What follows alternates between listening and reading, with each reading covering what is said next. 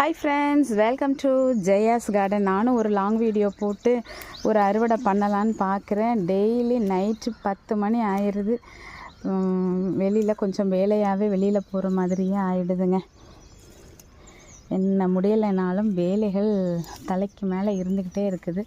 School விட்டு வர்றதுக்கே school இல்லை, பப்ளிக் எக்ஸாம் 12th எக்ஸாம் முடிஞ்சு வீட்டுக்கு வரவே 4 மணி ஆகிடுதுங்க.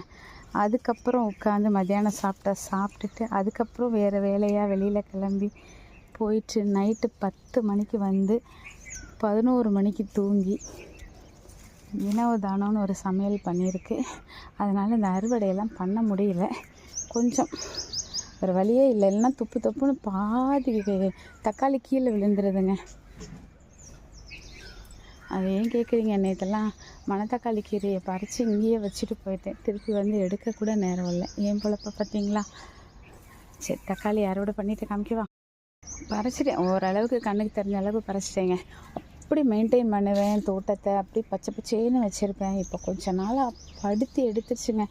ஒரு வேலையுமே பார்க்கவே பிடிக்காத அளவுக்கு டயர்டாகி கடைசி தோட்டமே இப்போ பூச்சி இருக்குது. நிறைய இலைகள்லாம் பார்க்க நல்லா இல்லை, நிறைய ஒரு மாதிரி ஆயிடுச்சுங்க.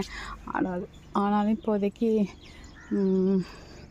ஸ்கூல் வேலை வீட்டு வேலைன்னு பயங்கர டைட்டாக இருக்கனால என்னால் எதுவும் மெயின்டைன் பண்ண முடியாது.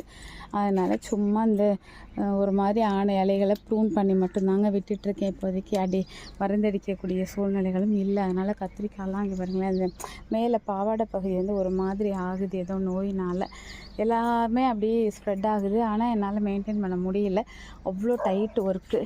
இந்த மாதிரி இது வரைக்கும் இந்த 3 வருஷத்தில் இருந்ததே இல்லை. இந்த தடவை தான் இந்த மாதிரி ஆயிடுச்சு. சரி, இருக்கட்டும்.